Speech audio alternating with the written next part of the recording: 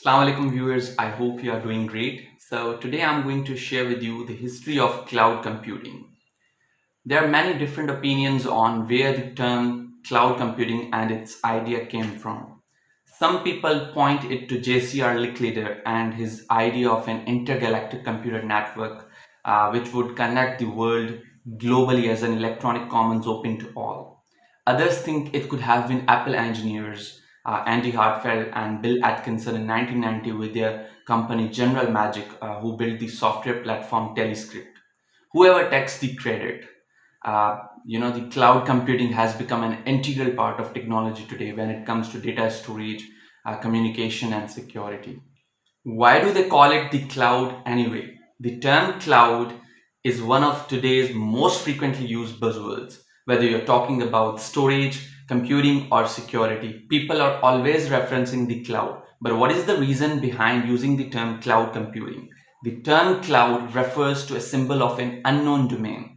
When network engineers were trying to understand what devices were on what network and how they intertwined with the internet, they needed a way to illustrate and visualize it. Unfortunately, they didn't know every single detail when it came to these networks. But they wanted to show that there was a network there, but still were unable to describe it. This is where the term cloud was born.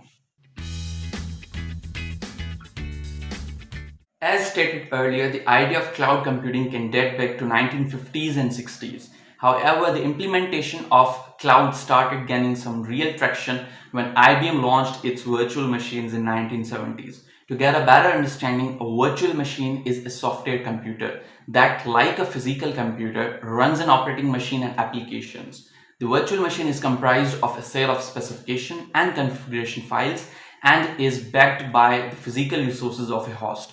Every virtual machine has virtual devices that has the same functionality as physical hardware and have additional benefits in terms of portability, manageability, and security. So when IBM launched its first VM, users were able to have their own VMs running on hardware that was being maintained and managed by others. So this was the first breakthrough for a huge cloud computing. When telecommunication companies made the shift from point-to-point data connections to virtual private networks in the 1990s, the cloud computing really started to take off.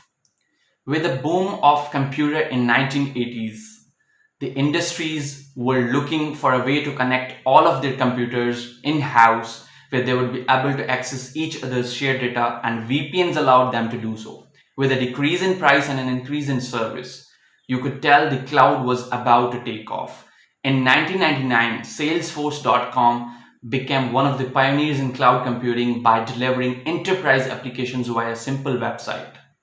The users would be able to access the applications when they have an internet access. Any customer would be able to access that data when they have an internet access, and companies were able to buy their service with a cost-effective on-demand basis.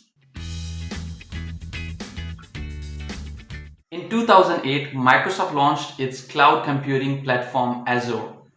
Cloud computing enables users to share files, links, music, and videos on the internet. Because they are in the cloud, they don't necessarily have to consume storage space on the user's computer or device. These applications can be used by anyone with a web browser who can connect to the internet. Microsoft Azure enables users to access and manage their data, host websites, run SQL reports, and much more. The future of cloud computing is bright and will provide benefits to both the host and the customer. Businesses nowadays are seeking innovative ways to grow and accomplish their business goals. So with the help of cloud computing, the businesses will keep on growing in the future. So this was all about the past, present, and future of the cloud computing. And I hope you have understood everything. So it's time to sign off. See you in the next video. Allah Hafiz.